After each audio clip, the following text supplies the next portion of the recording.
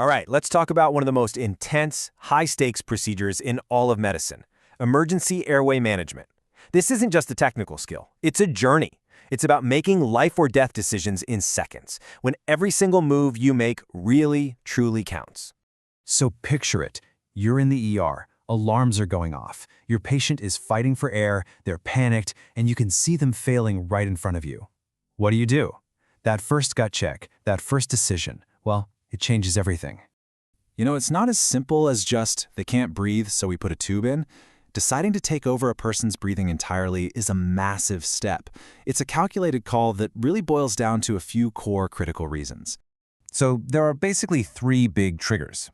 The first is a failure to protect their own airway. Maybe they're unconscious and can't handle their own saliva, which is incredibly dangerous. The second is pretty straightforward. They're just not getting enough oxygen in or blowing enough carbon dioxide out. But this third one, this is where the real art of medicine comes in. It's anticipating that the patient is about to get much, much worse. Think about a patient with major facial trauma or severe burns to their neck. You don't wait for the airway to close, you act before it becomes a catastrophe. Okay, so the decision is made. We're doing this. But hold on, you don't just grab a tube and go. The very next thought has to be, what am I walking into? You have to, in a matter of seconds, figure out if this is going to be a smooth procedure or an absolute nightmare. And that's the whole game right there, prediction. It is everything. An experienced clinician is running through these rapid-fire mental checklists, sizing up the patient's anatomy, their condition, basically trying to see the future of the next 60 seconds. And one of the best tools for that is a mnemonic called Lemon. It's a quick way to predict just how hard it's going to be to actually see the vocal cords. So you've got L for looking at their face, is there trauma, a big beard? Then E for evaluating their jaw, is there enough space to work with? M is for the Malampati score, basically how wide can they open their mouth? O is for any obvious obstruction, and N is for neck mobility. Can they even get into the right position? Now, out of all those checks, there is one that is an absolute showstopper. It sounds almost ridiculously simple, but ask the patient to bite their upper lip with their lower teeth. If they can't do it, you are in for a fight. That one little movement tells you so much about the geometry of their jaw and airway. It's a massive, massive red flag.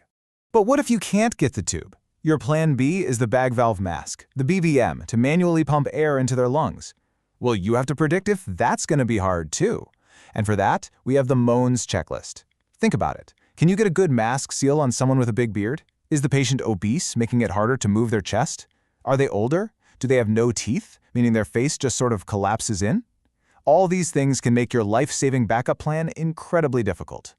And then, what if everything fails? The absolute last resort is cutting a hole directly into the neck to get air in, a surgical airway or cricothyrotomy.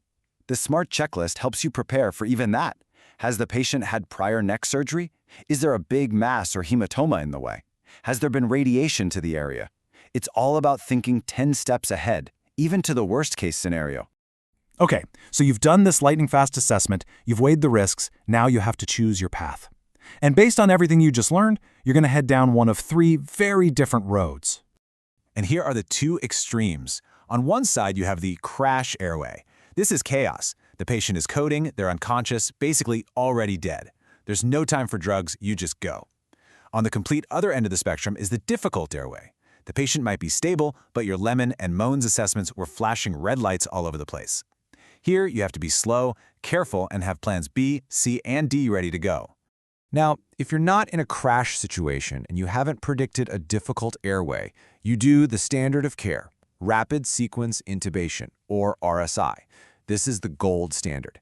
You give a powerful sedative to knock the patient out, and then, a split second later, a paralytic to completely stop every muscle in their body, including the ones for breathing.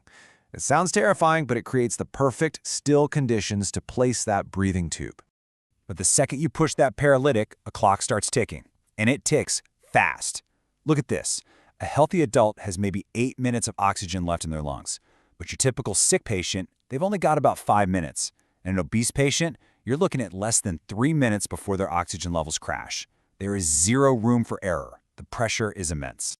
So, to pull this off, you need the right tools for the job. And the most important tools in this moment are the drugs. Choosing the right medication is absolutely key to making RSI work. When it comes to paralytics, you've got two main choices. There's succinylcholine. It's super fast, kicks in under a minute, and wears off in about 8 minutes. That's great because if you fail, the patient starts breathing again on their own.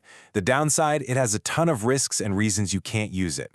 Then you have rocuronium. It takes a little longer to work and it lasts for nearly an hour, but it's incredibly safe. The choice really depends on the situation and how confident you are that you can get that tube in. And of course, before you paralyze them, you have to sedate them. Here are the big three. Etomate is a fantastic all-around choice if the patient has a stable blood pressure. Ketamine is an absolute lifesaver for trauma patients or someone having a severe asthma attack because it actually helps open the airways. And propofol is your go-to for someone with a brain injury, but you have to be super careful because it can tank their blood pressure. You're picking the right key for the right lock. So the drugs are in. You've passed the tube through the vocal cords, you think you're in, but you're not done. Not by a long shot. This next step, confirmation, is arguably the most important part of the entire procedure. Because let's be crystal clear about this, the single biggest, most catastrophic mistake you can make is putting the tube in the esophagus, the stomach, instead of the trachea, and not realizing it. If you don't catch that mistake immediately, it is 100% fatal. So how do you know for sure? The gold standard is this brilliant little device called an end-tidal CO2 detector. You pot it on the end of the tube, and if it detects carbon dioxide coming out of the lungs, it changes color from purple to yellow. The rule is simple. It's elegant, and it saves lives. Yellow equals yes, you are in the right place. But to be absolutely certain, you can't just trust the first puff of air. You have to give at least 6 good manual breaths. Why? Because there can be a little bit of CO2 in the stomach, say from a carbonated drink. Those first few breaths clear that out, so if it's still yellow after 6, you know you can trust it. It's a tiny detail that makes all the difference. But let's end on this thought. You've done everything right. You predicted, you planned, you chose your drugs, but you've tried 3 times and you just can't get the tube in. And even worse, you can't get any air in with the bag mask either. You look at the monitor and the patient's oxygen level is dropping. 85%, 80%, 75%. What do you do now?